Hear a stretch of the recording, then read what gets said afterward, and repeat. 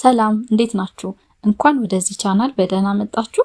ለዚህ ቻናል አዲስ የሆናችሁ ሰብስክራይብ በማድረግ እንደነዚህ አይነት ትምህርታዊ ቪዲዮዎችን ታገኛላችሁ። ዛሬ በኮንስትራክሽን ውስጥ በጣም የሚያምታቱ ሁለት ጉዳዮችን እናያለን። እነሱም አድቫንስ ፔመንት ጋራንቲ እና ፐርፎርማንስ ቦንድ ናቸው። ብዙ ጊዜ ሁለቱም የባንክ ዋስትና ናቸው። ታዲያ ልዩነታቸው ምንድነው የሚል ጥያቄ ይነሳል። በእርግጥ ሁለቱም ዋስትና ቢሆኑ ዓላማቸው ፈጽሞ የተለያየ ነው።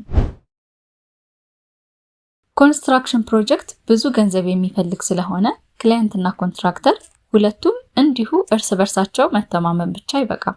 ስለዚህ ውሉን የሚያስጠብቁ የፋይናንስ ዋስትናዎችን ይጠቀማሉ። ከነዚህ መካከል ሁለቱ ፐርፎርማንስ ቦንድ እና አድቫንስ ፔመንት ጋራንቲ ናቸው።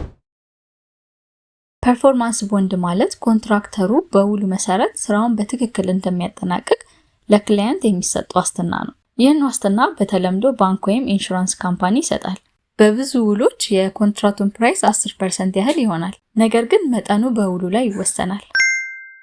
እስቲ እንደዚህ እናስብ።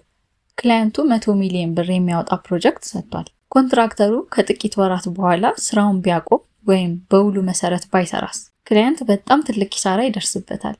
ስለዚህ ክላየንት ከመጀመሪያው ቀን ፐርፎርማንስ ቦንድ ይጠይቃል። አሁን አድቫንስ ፔመንት ጋራንቲን እንይ። አንዳንድ ጊዜ ኮንትራክተር ስራ ለመጀመር ማሽን መከራየት፣ እቃ መግዛት፣ ሰራተኞች መቅጠር ያስፈልገዋል። ስለዚህ ክላየንት ከመጀመሪያ አድቫንስ ፔመንት ሊሰጠው ይችላል። ታዲያ ክላየንት ምን ይላል? እኔ 20 ሚሊዮን ብር እሰጥሃለሁ፣ ነገር ግን ይህ ገንዘብ ቢጠፋ ምን ዋስትና አለኝ ብሎ አድቫንስ ፔመንት ጋራንቲ ይጠይቃል። ምሳሌ እስቲ በቀላል ቁጥር እንየው። ኮንትራክት ፕራይስ 100 ሚሊዮን ብር ነው እንበል። አድቫንስ ፔመንት 20% ቢሆን ስለዚህ ክላየንት 20 ሚሊዮን ብር ይከፍላል ማለት ነው። ግን ኮንትራክተሩ 20 ሚሊዮን የሚሸፍን አድቫንስ ፔመንት ጋራንቲ ሳያቀርብ ገንዘቡን አይቀበልም። ስለዚህ የቅድመ ክፍያ ሊፈጸም የሚችለው ኮንትራክተሩ በቅድመ ክፍያ መልክ ከሚወስደው ገንዘብ መጠን ጋር እኩል የሆነ ዋስትና ሲያቀርብ ነው ማለት ነው። ፐርፎርማንስ ቦንድ ውሉን ይጠብቃል። አድቫንስ ፔመንት ጋራንቲ ደግሞ አድቫንስ ፔመንትን ይጠብቃል። ፐርፎርማንስ ቦንድ ውል በተፈራረሙ በ15 ቀናት ውስጥ ይቀርባል።